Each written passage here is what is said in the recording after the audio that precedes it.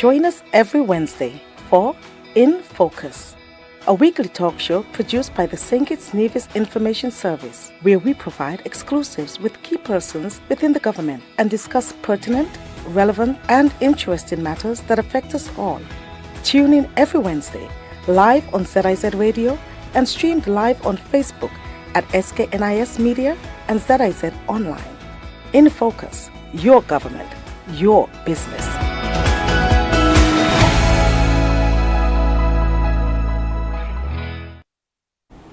I'm Ian Richards, welcoming you to InFocus, a weekly program where we take a closer look at what's happening across the government of St. Kitts and Nevis, your government. St. Kitts and Nevis's participation in the Africa-Caribbean Investment Summit last month has been hailed as groundbreaking and successful. During the time there, delegates led by the Honorable Prime Minister, Dr. Terence Drew, engaged with senior government officials, including the President of Nigeria, as well as industry leaders, in a bid to strengthen South-South cooperation. Now, the Honorable Samal Duggins, Minister responsible for agriculture, culture, small business and entrepreneurship, and the creative economy, was a key member of the delegation. He signed landmark agreements that signal the beginning of a transformative relationship with Nigeria that will positively impact people and the economy. Minister Duggins is here today to discuss the details of the groundbreaking agreements that he signed and what it all means to you. The minister is supported by Robaratine Webb, Director of Creative Economy, who also was a member of the delegation. Stay with us for InFocus, your government, your business. If you haven't done it as yet, please do it today. Subscribe to our YouTube page at SKNIS Media for regular updates, live coverage, and even more information on your government. While you're at it, like, share, and interact with our Facebook and Instagram pages at SKNIS Media and SKNIS Info.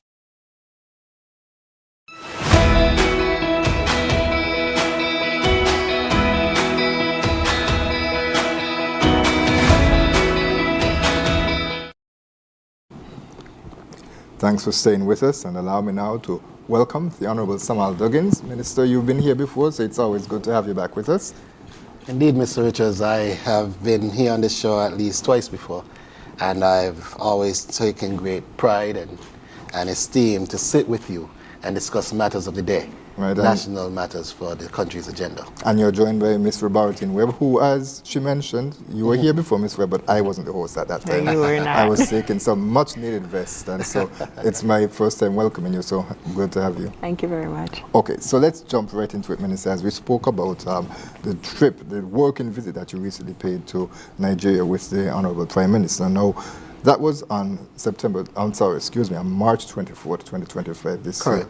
And it was the visit was all a part of the inaugural Africa-Caribbean Investment Summit. What can you tell us about this summit?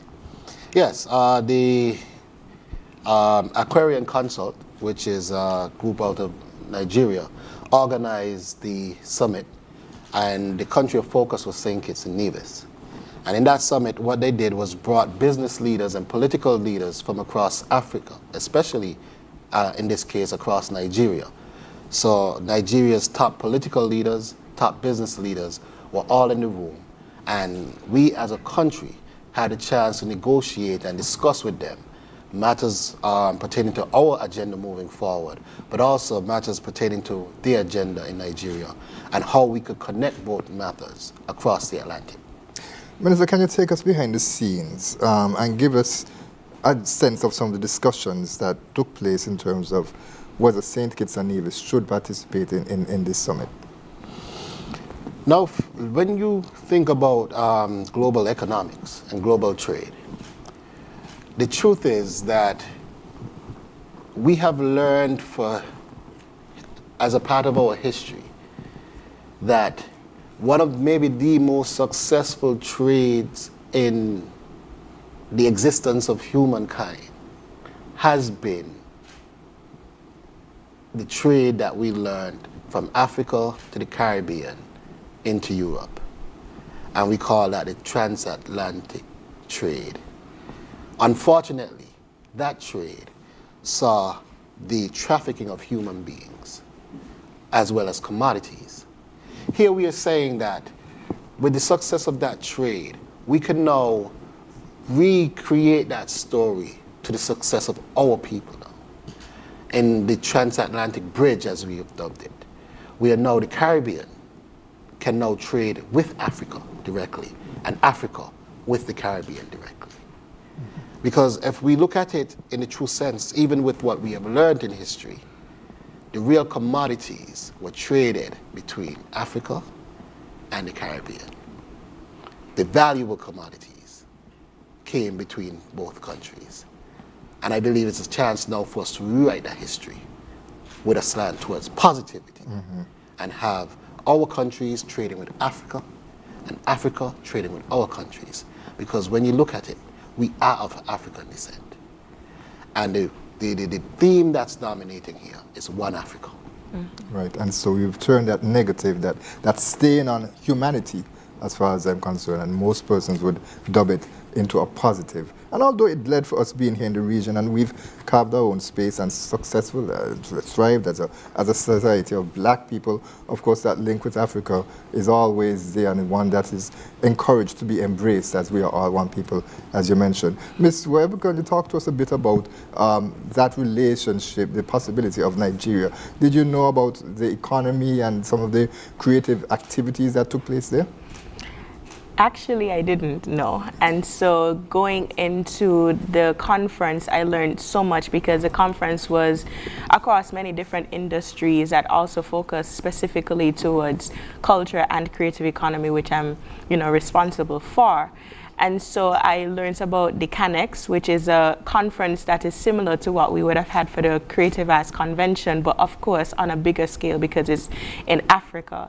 And so I was able to connect with the minister responsible for culture and the creative economy, and also some entities and institutions. And when I thought about it, of course there are ways that we can partner, but there are ways that we can export talent. And we always look at the USA to be our go-to for global success, whereas we can connect with our motherland, which is the largest continent, and basically put our export, and because we have so many similarities, especially in terms of our music, the way we dance, the fashion.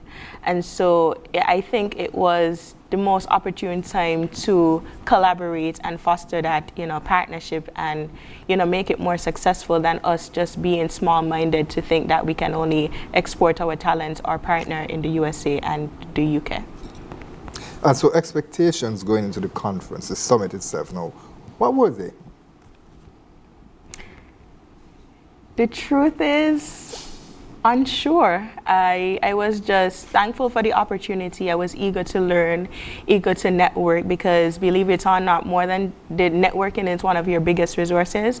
And I must say one of the successes coming out of this conference was the network that we have connected with. Trust me, from the finance level, from the creatives level, there are persons who attended the conference who were just in media, who wanted to connect with persons, our local creatives, in terms of music distribution, in terms of just creating music on a whole, because they want to connect with their fellow relatives. Movies as well. And so it is a vast, there are so many ways that we connect, and we are actually working on making those connections a reality. Right, and we'll discuss that a bit more as we move into some of the memorandum of understandings that were signed up. But Minister, let me come to you with the same question, your expectations going into the conference. Now, going into the conference, I largely thought about the areas, of course, nationally, but more so under my remit, and how we could advance those towards a more successful and sustainable future, especially areas like agriculture and the creative economy. Now, when we look at Nigeria is one of the biggest countries in Africa based on population, the biggest actually. Also the largest economy in the entire continent of Africa. With a population of over 250 million persons, I saw that as a viable market for our 50,000 to be able to export to. I also saw it as a great resource that we could tap into for knowledge. Because even in the creative economy, as America has Hollywood, Nigeria has Nollywood, and they're doing very well. And the successes and failures that they've had, we can now learn from directly. When it comes to agriculture, they are innovating in so many ways, and we can learn from that. But even purely from a population standpoint, that's 250 million persons that we can market to. And I believe that must be something that we focus on. Now, of course, unfortunately, most persons, when they think of Nigeria, they don't hear the things that you're talking about. They think of those who engage in scams or phishing. How do you help persons to understand that there are legitimate, as we always focus sometimes more on the negative than the positive, but there are legitimate, hard-working people who can really serve to transform the experience here in St. Kitts and Nevis and bring good to the economy and to themselves? As with any economy, you're going to have persons on the side of justice, on the positive side of justice, and persons that are not. But out of 250 million persons, it would be a bit naive to believe that they are all somewhat on the negative side of justice. And in fact, most are very much law-abiding citizens. It is a very stable country, actually one with the largest economy in the continent of Africa. And sometimes, let's face it, a lot of this is Western media doing this work. The work to vilify Africa. Let's face it, and let's not sugarcoat it. We are saying now, we are one Africa. And we should not allow Western media to vilify Africa. And we can go in now and see Africa ourselves. Understand Africa ourselves. And promote true Africa in a way that the world now understands what Africa is. Because there's so much beauty. Being there's so much beauty. Beauty in the people, beauty in the environment, even just the business, like you feel the economics when you land. And even with the welcome that they have given us, they appreciate us as one Africa. Right. Okay, so can you talk to us a bit about the makeup of the delegation now? How does the persons who would have traveled to Nigeria for the working visit, how would they have chosen in terms of in line with the strategic goals that the government has? Well, when we look at the makeup of the delegation, of course it was headed by our esteemed Prime Minister, the Honorable Dr. Terence Jew. We also had myself in the area focusing on agriculture and particularly the creative economy along with small business development. We had the Premier of Nevis and leader of the opposition who came along with our leader, Prime Minister, to discuss geothermal, where there is that strong collaboration across the political aisle in moving geothermal forward. Because we believe geothermal is our goal, is our oil. That is our economic advancement.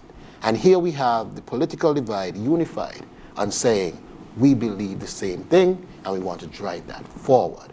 So the leader of the country and the leader of the opposition both went with the same mandate, the same agenda. St. Kitts and Nevis believes in geothermal, and we are together in driving that forward.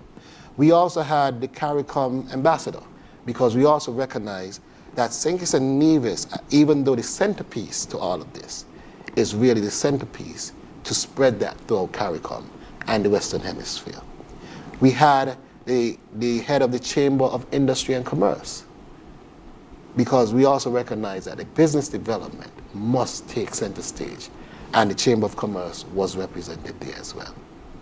Along with that, of course, we had a number of media personnel, but I cannot forget that we had the director of the creative economy there with me to put the message forward that St. Kitts is ready to share, but ready to learn. Ms. Webb, perhaps you can share a bit in terms of the experience that you had there. No, you mentioned that there were no expectations, and you did hint a bit on some of the networks that you made, but talk to us about the overall experience of being there. It was very interesting. I especially on our way back, there were so many cultures that I learned. I enjoyed the conference, especially when they had the cultural, exhibition. There were, again, similarities. So there were drumming and dancing happening, but one thing that we don't do, which I found it, very, okay, we could probably take a piece of it from them. The dancers actually turned into drummers as well. So like we know in our djembe drummers and like, Okola dancing, they had that. But one part that was very unique was that the dancers became drummers as well. And for me, again, I mentioned it before, it was a network, just connecting one-on-one, and not even persons in leadership positions, but persons who attended the conference as participants and, just regular businesses. They wanted to connect with us. And for me, that was their hospitality was off the chain, even down to the hotel. Like, it was something I never expected and something I've never experienced. So their hospitality is something I think we can also learn from in terms of our tourism, product. But overall, the experience, although I went in not sure of what to expect, I definitely came out with so many successes and rewards, and I'm really thankful for that. And thank you to the Prime Minister and the Office of the Prime Minister for allowing us on this trip. Right. Okay. And in terms of the activities, some of the activities that you participated in while you were there, give us a sense? Most of it was actually at the conference. So it was more so being involved in the panel discussions, learning from the different lectures and presentations. For me, I was more so, again, because I'm creative economy, I was motivated by the presentation done by Her Majesty, which is the queen that we signed the MOU with, the Wari Kingdom. And I think that is what really, again, prompted the minister to want to forge this partnership, because she was so inspiring. And, it was one message, one song. We were all in alignment, and we could not have left without making that connection. So her speech is what really inspired me throughout this, and she was on the first day. And we'll be able to hear a bit of the message that she would have shared at the end of our show. Minister, I'll come to you in terms of the same question, activities that you would have participated in. Yes, again, having been there for the full duration of the summit, participating in receiving all of that information, valuable information, but also being able to share, where I would have presented on the state of agriculture, along with the Minister of Agriculture of Nigeria.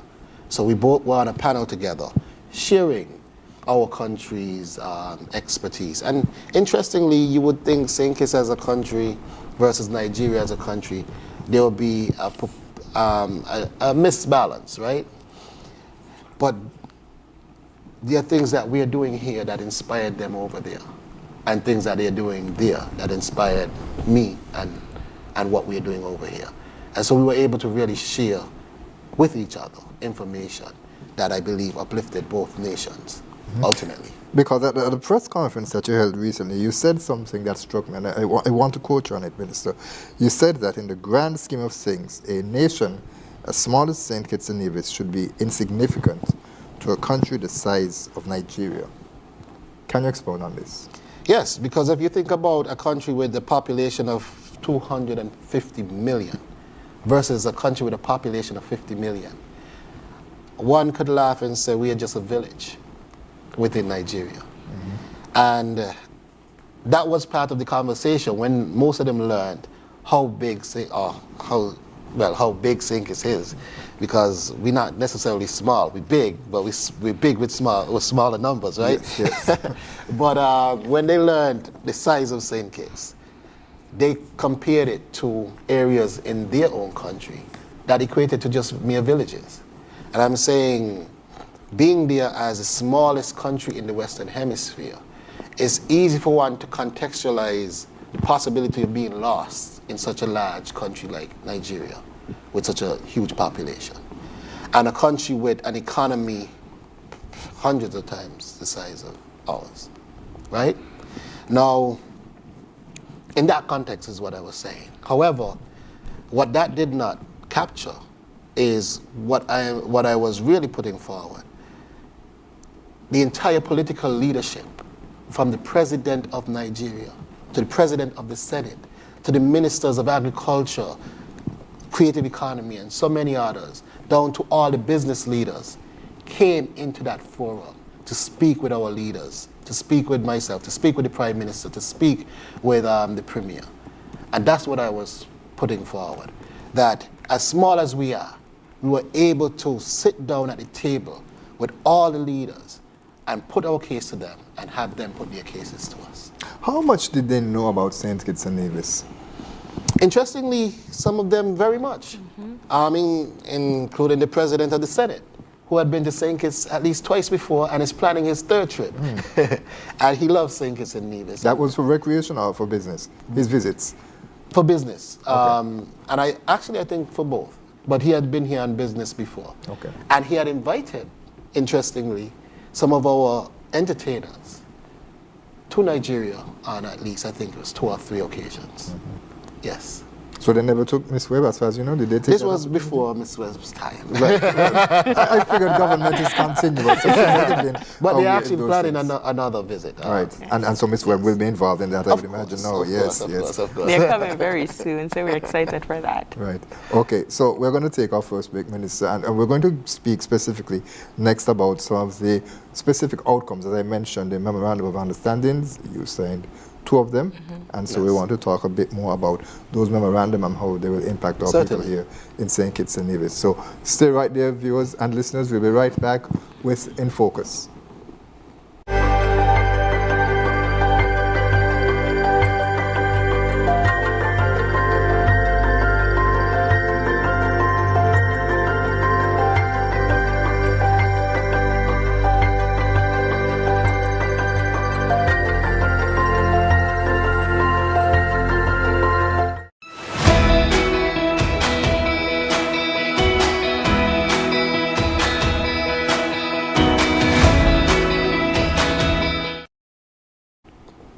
Welcome back to In Focus. Our discussion today is on the working visit to Nigeria with the Honorable Samal Duggins, Minister of Agriculture, Small Business and Entrepreneurship, Creative Economy, Culture. Minister, there's so much to your portfolio. And also the Director of Creative Economy, Ms. Robertine Rebb. So we continue now, as we spoke about. Let's move our discussion into the Memorandum of Understanding. And the first one, Minister, of the significant outcomes would be the Green Economic Zone, or GEZ as they call it, Special Economic Zone Management Company. Can you give us some oversight in terms of what that was about? Yes, so this is one of the largest agricultural movements or institutions in the entire Nigeria, and by extension, one of the largest in Africa. It is pretty much a sovereign within the country. So it controls its own taxes, it controls its own, the development of what is grown, how, and where it is sold to. And we were able to more or less strike a deal with them as to how we could partner across the Atlantic. St. Kitts as a country, and the GEZ within Nigeria, and have something structured that is mutually beneficial. Now the truth is, one may say, what can we produce here for such a large population in Africa? And if we look at life through the context of branding, and I always go back to something that I learned from the McElhenney company that produces Tabasco. And it always stands out to me.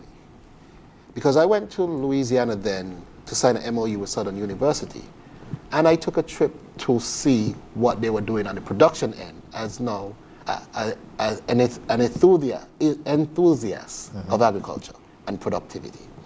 So as an enthusiast, I just went because I wanted to understand how do they produce what they produce, the leading hot sauce in the world. They produce on an island that's 5 square miles, if I'm not mistaken, every island. And from 5 square miles, they produce the largest distributed hot sauce in the entire world. There was a lesson I learned from that, because 5 square miles is much smaller than St. Kitts. And they have a mechanism to make that work.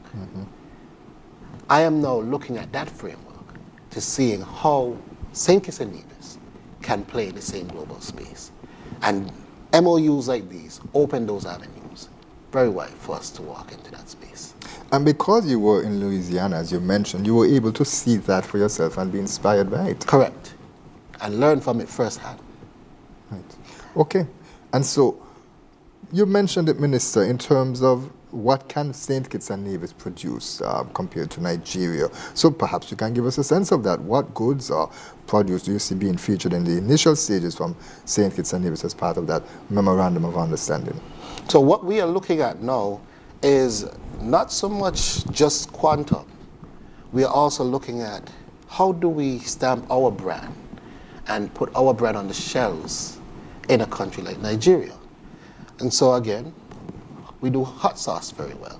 Why can't we have a St. Kitts and Nevis branded hot sauce, or a few of those that are in Nigeria on the shelves? We do jams and jellies. We have fruits in the Caribbean region, in St. Kitts and Nevis, that are in flavor unique. So the flavoring would be unique. Our approaches to making some of these products are unique approaches. So rather than just thinking 250 million as entire quantum, we are now saying, let us produce our unique brands and have our brands featured. And then on the flip side, vice versa.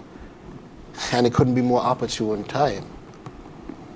With all the tariff wars going on in the rest of the world, here we have a direct link that is not completely bounded by, or directly affected by all the tariff wars.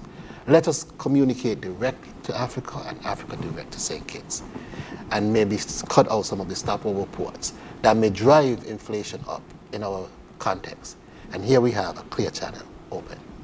So how will the economic zone impact the application of taxes and tariffs? Are you saying that there's going to be some sort of a special arrangement with Nigeria? How will the government handle that? Correct, and that's why I was saying the actual economic zone is a sovereign. So our agreement with them is still outside of the scope of the country of Nigeria. So we have special arrangements that will be brokered between the economic zone directly and our government. And so that will enable the market to be penetrated a lot easier by our local products, help to get them on the shelves, because, correct, of course, if they're on the shelf, then you can see them, you can be curious and wonder what this is, or let me try it. Correctly. And that hub that is being created in St. Kitts Nevis now stands as a hub to service the entire region. And so now we become more or less a food mecca, because not only it is what we are supplying from our 68 square miles, but the supply that is coordinated through that economic zone. And vice versa, goods produced from Nigeria, what would that look like? We import a lot of cereals, grains. So you have rice, quinoa, and these type of things that would be not impossible to produce in St. Kitts, but not really productive. And so these things that we usually get through the U.S. market, because we import 98% of what we consume through the U.S. market. We see what is happening there now.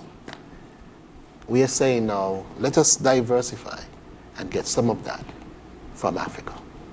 So the Minister, how will you say this new arrangement will impact the local agricultural sector? I believe it will boost the agricultural sector, because not only that we are importing at a cheaper cost, but the economic zone is actually going to be helping our agricultural sector to develop so that we could be stronger in supplying back into the economic trade. And there's some who may feel that it may take away some of their customers, that there's a product from Nigeria that someone may prefer. Can you comment on that? Not at all. We are currently facing the same thing from the United States. And so if that's the complaint, then the complaint should be levied right now.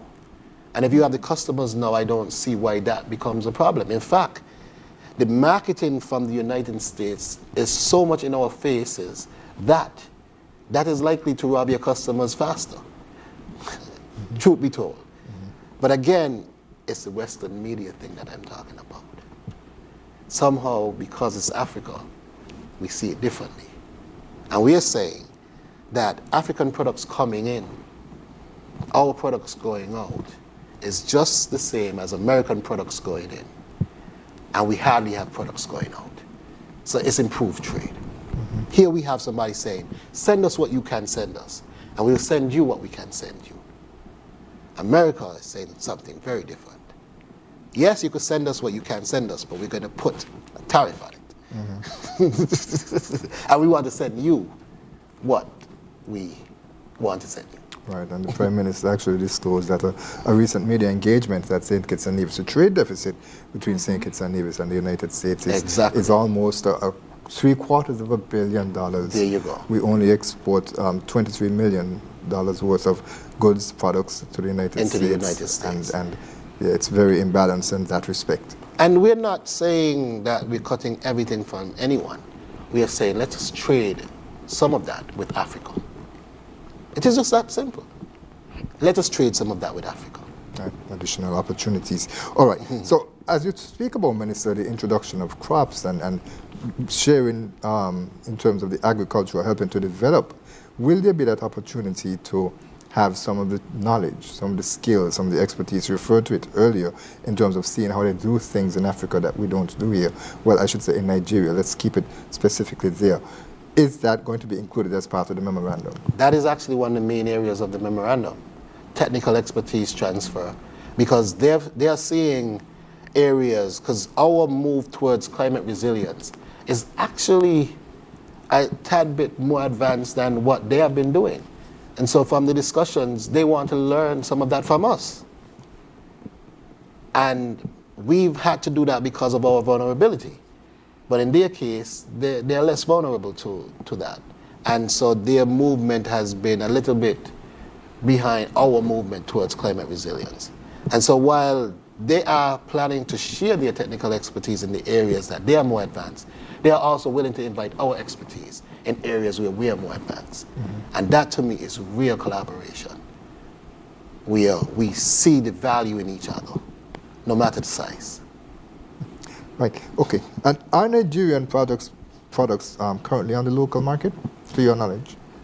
Well, we do have a free market, and if I am to answer that, I would say I believe so, but I can't tell you specifically where our supermarkets would be ordering their products from directly. But I do believe in our open market there are Nigerian products on the market. I just can't speak specifically to it because it is an open market. Right. Okay, and so are there any measures that the government will take specifically to help to promote the introduction of these products, these goods to local businesses, that they will consider it? I know you mentioned that the chairman of the chamber was there as well too. Yes, and so part of the whole economic zone and hub that is being established, there's going to be a sensitization campaign where people get to understand the quality and the standards of Nigerian products. There's also going to be a marketing campaign throughout the region, because this hub is not just about St. Kitts and Nevis. It's about being able to support the region. Because here we're talking about importing the goods that we currently import from other countries in the world at a cheaper cost, more direct, with better quality control, because we now see where they are produced.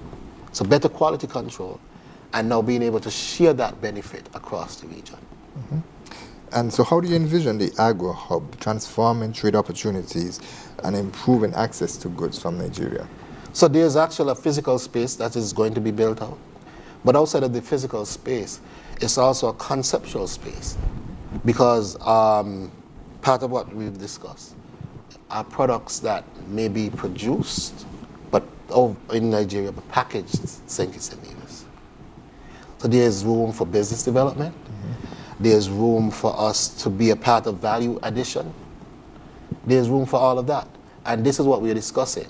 We use our unique, valuable traits and apply them to make this work. They have landmass, they have size, they have population. We have innovation. We have, there's so much that we have to offer as well, right? And we look at what we have to offer, what they have to offer, and we each use our strengths to make this work. That's what this is all about, and that's, to me, the most valuable thing.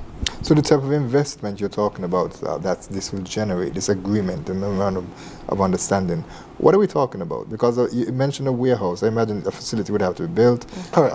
Yes. Correct. Tell us a bit about some of the investments that we can look forward to. So part of the investment that will be coming, again, part of it through this entire MOU, will be financial in building out facilities, and not just a facility. Like I said, packaging facilities, storage facilities, transportation facilities.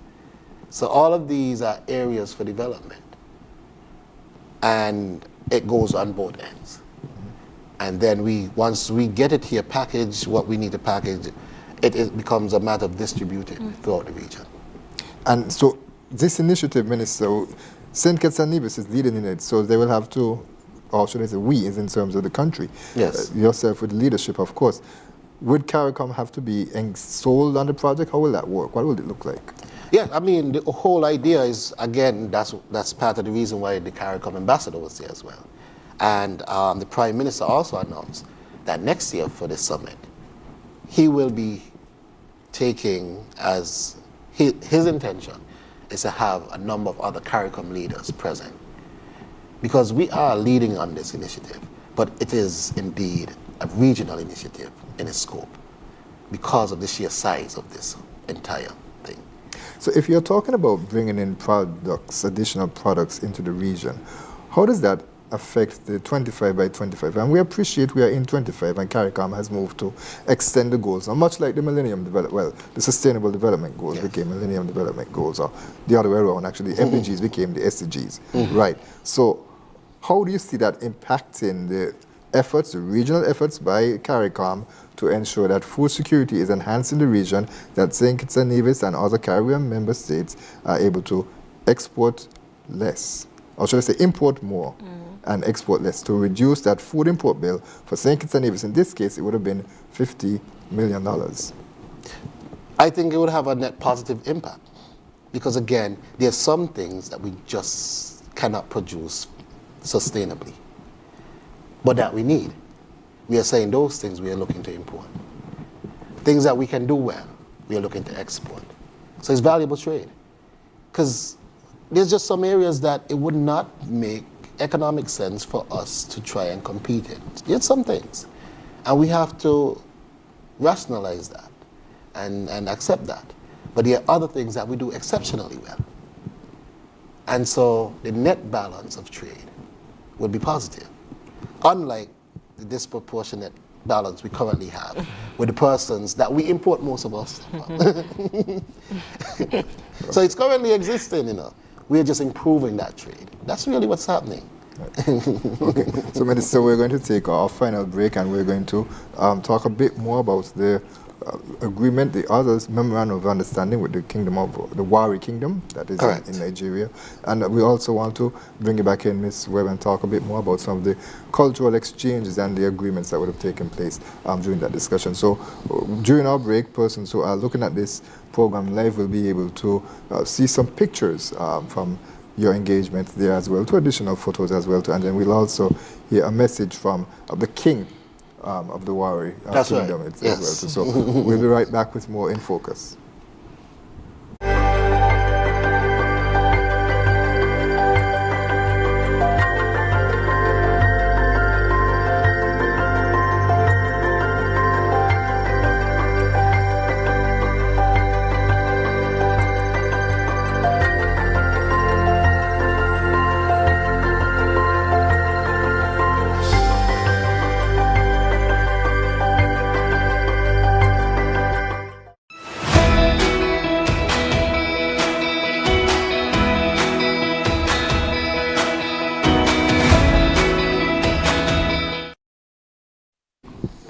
Right, welcome back to In Focus. There seems to have been a bit of a mix-up. So what we're going to do now is have that video played by the King of the Wari Kingdom in Nigeria.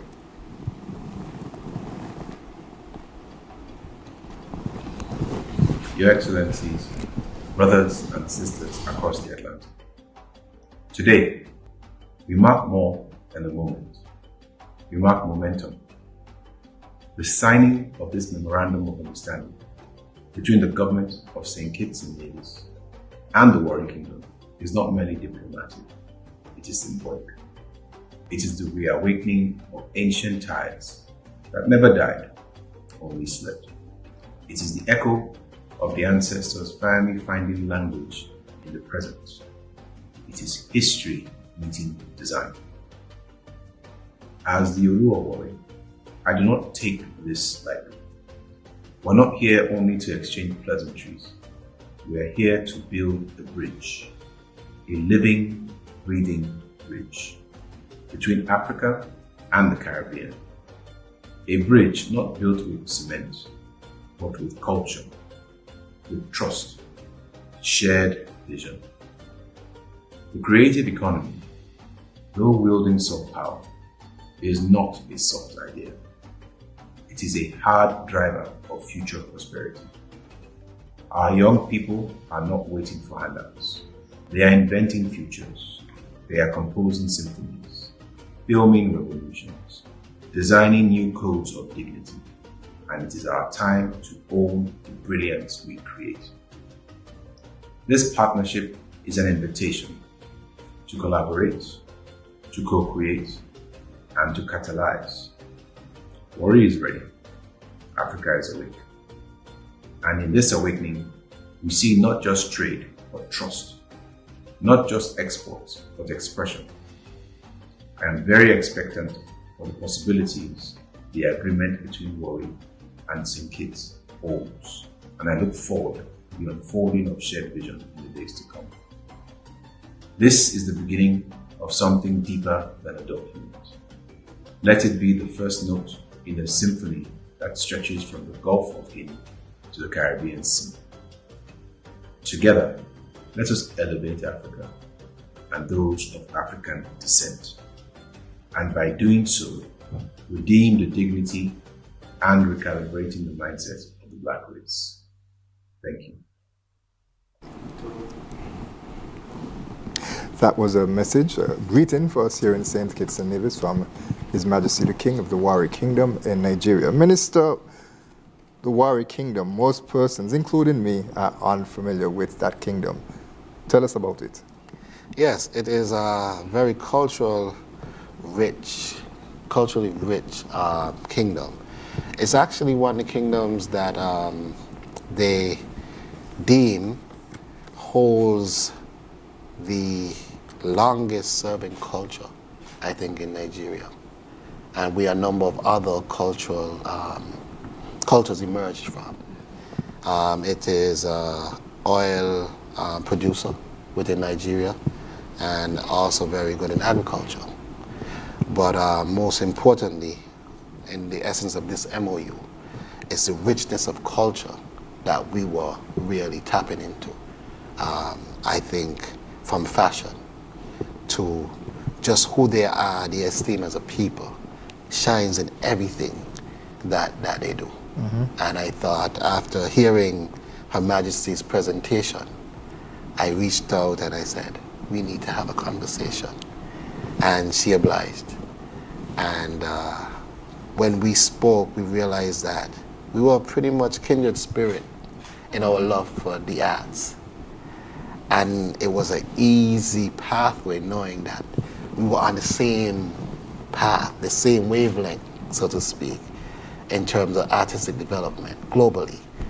And immediately from that conversation, we were like, we need to put this together. Mm-hmm. And they are currently organizing a delegation to come to St. Kitts in a couple of months. Mm-hmm. And Ms. Webb, the creative opportunities, the cultural opportunities, I'm sure you jumped at the idea of this engagement.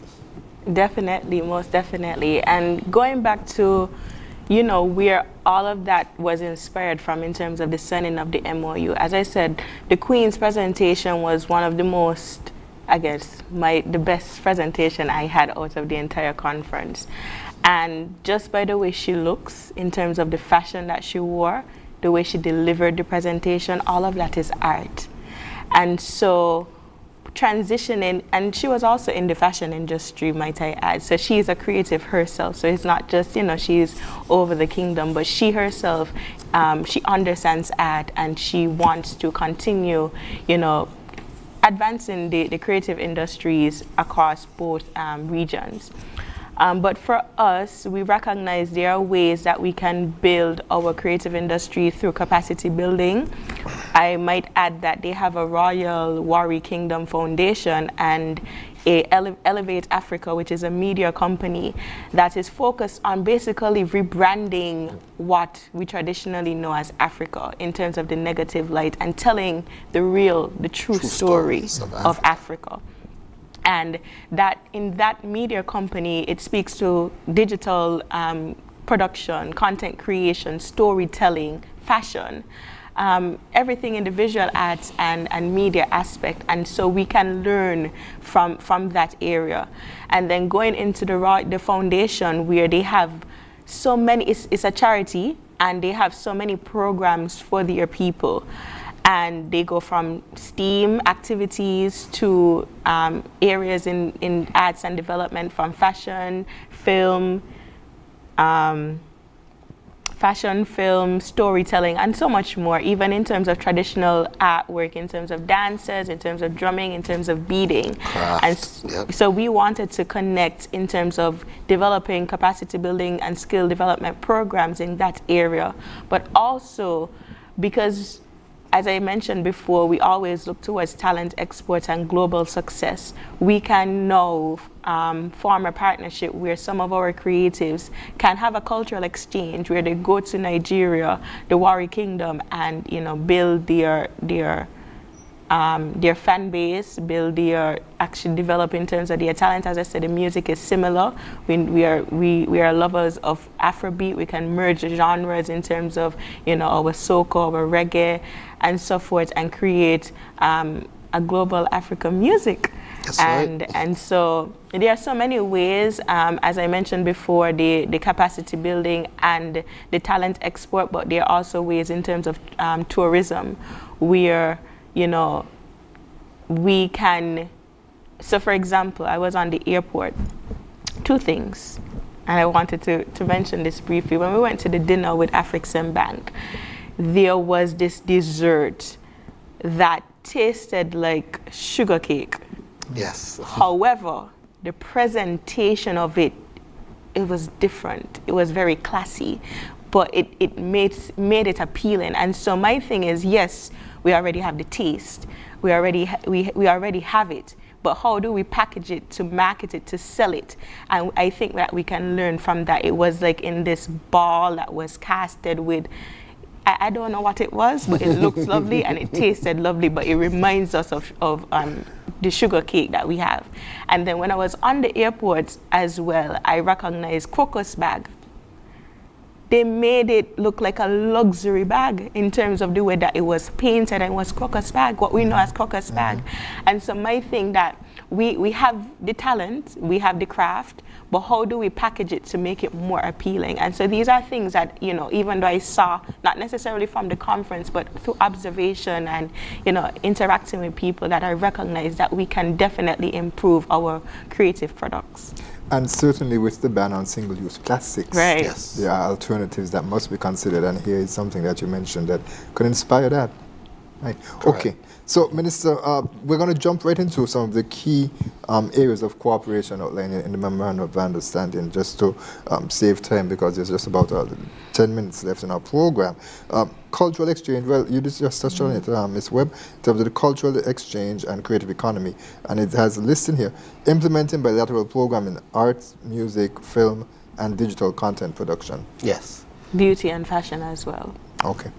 Correct. And like I said, they are preparing a delegation to come to St. Kitts for cultural exchange in the upcoming months. And we are currently negotiating that return of our talent coming to Nigeria. I think independence would be an ideal time, so just a suggestion. Right. Okay. Suggestion noted. Leadership and capacity development. Now that's launching leadership academies, mentorship programs, and professional training initiatives. Correct. Now, through their Elevate Africa program, they also have persons that they bring into Nigeria for a week, a part of that program, and go through different leadership training and We want to expand on that and offer that to our people as well. So it's really connecting what they're doing at the Warrior Kingdom and having St. Kitts included, and what we're doing in St. Kitts and have them included, and areas where we each have the expertise to be able to trade that expertise. Education and innovation is next. That includes supporting scholarships, STEAM education, and technology incubators. I think that speaks for itself. In terms of supporting scholarships, is that specifically to just academic, or is there, as Ms. Webb, is there cultural scholarships that we'll take advantage of as well too in the different fields? And when we say scholarship, not necessarily in the traditional academic format of things, but as I said, they have a lot of programs that are geared towards the skill development, but also the academic. So it's not necessarily like you attend a college, but more so on the programs that they are already developed, and they have a lot of scholars that came out from those programs that they initiated. And so it's more so to integrate both of them to propel us. Trade and investment is next, Minister. Yes. And again, with the opening of that corridor, that transatlantic bridge, the idea is because they do have craft on their end, and so many music and film and all of these areas of creative development we have on our end. And where we can collaborate, we are looking at those areas, but where we can trade, where we can sell our music to them and they sell their music to us. We can sell our craft to them and they sell their craft to us. We send them our movies, they send their movies. And the whole idea is that we trade. Because currently, most of our trade is focused on North America. So we buy into the Apple Music, we buy into the Netflix, we buy into all of these things, and we don't consider that as trade.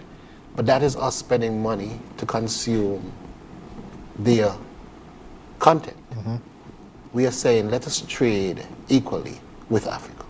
And of course, St. Kitts and Nevis, so you're taking lead, Minister, in having a creative arts center designed, developed, constructed to help advance the field.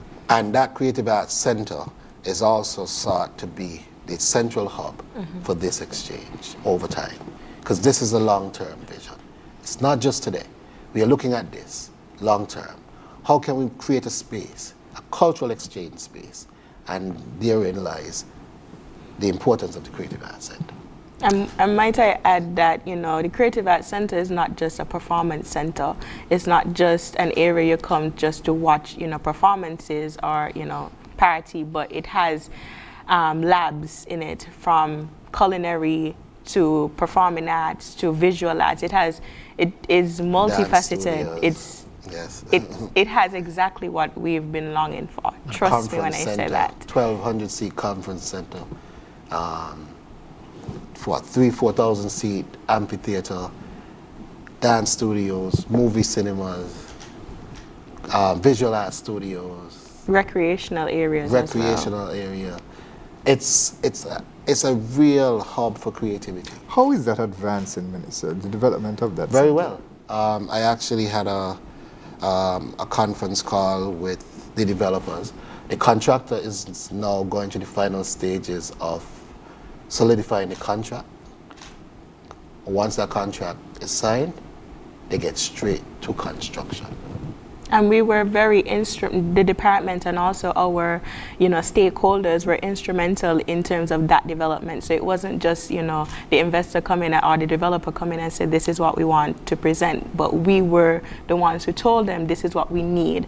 And so I want to add that we were very instrumental in terms of the development of what we would call the Creative Arts Center.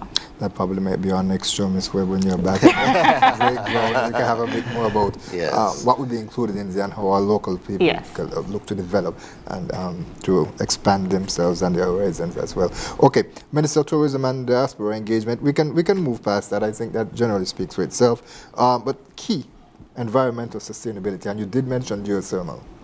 Yes, and just beyond that is appreciating who we are through also the essence of the environment in which we grow up. A lot of times we take the environment for granted. We take the factors around us that help to shape who we are. In the Caribbean, the sun, the sea, the sand, the mountains, the trees, the fresh Atlantic breeze. And like similarly in Africa, how does all of this contribute to who we are? And how do we preserve that? How do we make sure that that essence is not lost? Because that is also essentially part of our being. And how do we make sure that that culture connects? Because a lot of times we move away from the environmental element of our culture, the history. And we do a lot of cultural preservation here. We just finished a masterclass on St. Kitts, where we taught the art of stonemasonry. These are essential components to preserving who we are. Bastia has a code of having stonework across the front of all buildings on the first floor. We are making sure that we can live up to that code and have that for centuries to make sure that there is still the skill of restoring these old stonework. And that skill is passed on for generations. And I would like to add that, we want to commend the Ministry of Environment. They did a fabulous media campaign on sustainability, where they integrated fashion and sustainability, and it was amazing. And these are the partnerships we're looking at, that arts can be integrated in every sector. And so I would like to commend the Ministry of Environment and Minister Clark on that media campaign. That initiative was awesome. And so, with all of these exciting developments coming out of the Memorandum of Understanding, Ms. Webb, how are you going to help to sensitize the public about these opportunities that are coming forward? Well, we do it on a daily basis, and we have to go with what's trending. So social media, we're very active. We have a very creative social media, so you can follow us on Facebook and Instagram at SKN Creatives. We're also on Thread and TikTok. And so we do a lot of sensitization on our social media, which has a lot of engagement and growing followers as well. But when initiatives are coming along, we also do the traditional media, whether it's billboards, radio, and so forth. Minister, final question for you. Can you summarize the government's vision for future partnerships between St. Kitts and Nevis, CARICOM, and West Africa? If I were to attempt to summarize that vision, it would be to advance our societies culturally, economically, but do it sustainably. The whole idea is that, as was said earlier, we do recognize that via the line of heritage, we are one people, and how we could connect that heritage to the advancement of energy. Connect that heritage in food security, connect that heritage in culture, connect that heritage, most importantly, sustainably, because at the core of all of this is sustainable development, becoming a sustainable island state, and also utilizing our networks, our diaspora, I would call it, to improve upon that sustainability. How do we ensure that our food security, our food costs less coming in? How do we ensure that the food that we produce here has a viable market going out? How do we ensure that our energy needs are met through the support of our diaspora? How do we ensure that where we can, we support our diaspora in helping them meet their energy needs? Because one of the conversations that came up, Trinidad, the technicians in Trinidad, as an oil producing country, there was a need in Nigeria for some of that expertise, as you talk about CARICOM. So we're talking about sustainable exchange, sustainable development. All working together to fit one. All working together. Right. That's one Africa. Right, Minister of Sustainable, no. As we are talking about Minister Clark and her leadership, I would say Minister Samal Duggins. That's right. Minister of Creative Economy at Ireland. So happy to have you on our program today, and also Ms. Webb as well. And there's a lot more exciting things happening, and we certainly would like to have you back to talk a bit more about it. Right. Okay, so we'd like to thank you, viewers and listeners, for joining us for this edition of InFocus. We trust that you will join us next week at the same place, at the same time, for another edition. Before we leave, as we mentioned, we're going to play a message from the Queen of the Warri Kingdom, and so we'll see you next week at the same place, at the same time. I'd like to welcome you all to the inaugural session of the Aquarian Consult's Afro-Caribbean Investment Summit, with a country focus on St. Kitts and Nevis. This summit was inspired by a speech that President Orama of the Afro-Exim Bank gave in the Bahamas in 2024 at the annual meeting, where he launched a concept Global Africa, which to me basically said everyone of African ancestry, wherever you are in the world, is an African. It becomes essential for Africans and individuals of African heritage worldwide to unify around a shared vision and a collective purpose. Hence, to achieve a success in the path of economic transformation, effective collaboration under that tripartite public-private academia partnership for economic transformation must be sustained over time. That I want to declare the Aquarian Consult African-Caribbean Investment Summit 2025 officially open.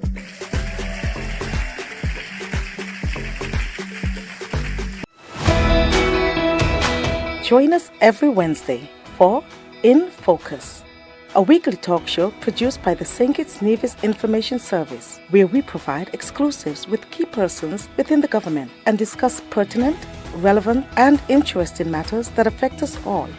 Tune in every Wednesday, live on ZIZ Radio and streamed live on Facebook at SKNIS Media and ZIZ Online.